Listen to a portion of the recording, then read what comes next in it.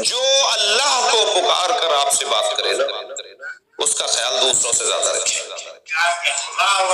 احادیث کی کتاب میں ایک پورا باب ہے، رب اشعث اغبر مدفوع بالابواب، جس کے بالوں میں خاک لگی ہوئی ہو، کپڑوں پر مٹی لگی ہوئی ہو اور دروازوں سے دھتکارا جا رہا ہو تو تم اسے دھتکارنا نہیں اگر وہ اللہ کو پکار رہا ہو۔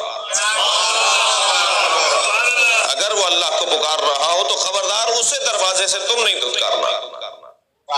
جی ویسے آج کل مجھے تو فقیر مل نہیں رہے، آپ کو کوئی فقیر ملے تو مجھے ملوائیے گا۔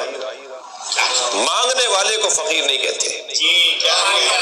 ہمارے یہاں فقیر نہیں ہے، ہمارے معاشرے میں جہاں آپ اور ہمارا پرانا تعلق ہے، جی ہمارے یہاں فقیر نہیں ہے، ذلیل ہے۔ جو اپنے آپ کو ذلیل کر رہا ہو نا وہ فقیر نہیں۔ فقیر اللہ کا ولی ہوتا ہے بھائی۔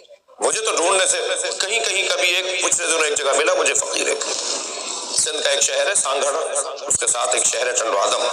میں سانگھڑ سے ٹنڈوادم آ رہا تھا، رستے میں پھاٹک آتا ہے، ریلوے کراسنگ آتی ہے، ہماری گاڑی وہاں آستہ ہوئی، اتفاق سے جو ہے وہ مجھے ایک اس پہ ریلوے کراسنگ کے اس پہ منڈیر پہ بیٹھا ہوا ایک فقیر نے مجھے دیکھا، مجھے اس حلیے میں دیکھا تو اس نے آواز لگائی یا علی مدد، تو فوراً میں نے اپنی گاڑی کا شیشہ اتارا، میں نے اس کو مولا علی مدد جواب دیا۔ تو کہنے لگے مولائی ہو تو کچھ دے دوں؟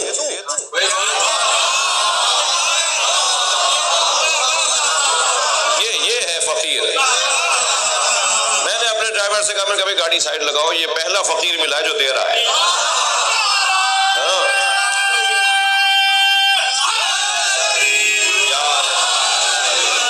میں نے کہا بھائی تو کہنے لگا بتاؤ زہد کسے کہتے ہیں؟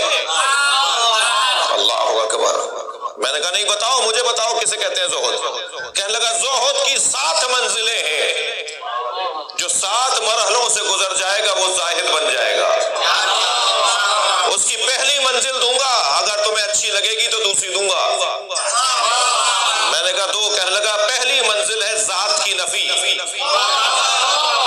اپنے آپ کو کچھ نہ سمجھو، اپنے آپ کو نادار سمجھو، فقیر سمجھو۔ صلوات پڑھے محمد والے۔